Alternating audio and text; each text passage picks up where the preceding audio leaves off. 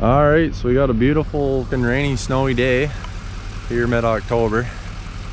Gonna work on getting this dam patched up. It blew out. Did that over there the other day with the dozer. Brought the excavator up today. Gonna get the dozer fired up here too. So we're gonna try and shove all this stuff along the bottom into the bottom of this dam, and then maybe get some of this material and shove it over to fill in the rest of the void. This is a pretty nice little lake here. It was filled up, but the beavers plugged the dam and it ended up overflowing and blowing out. So got a pretty good size hole to fill in here, but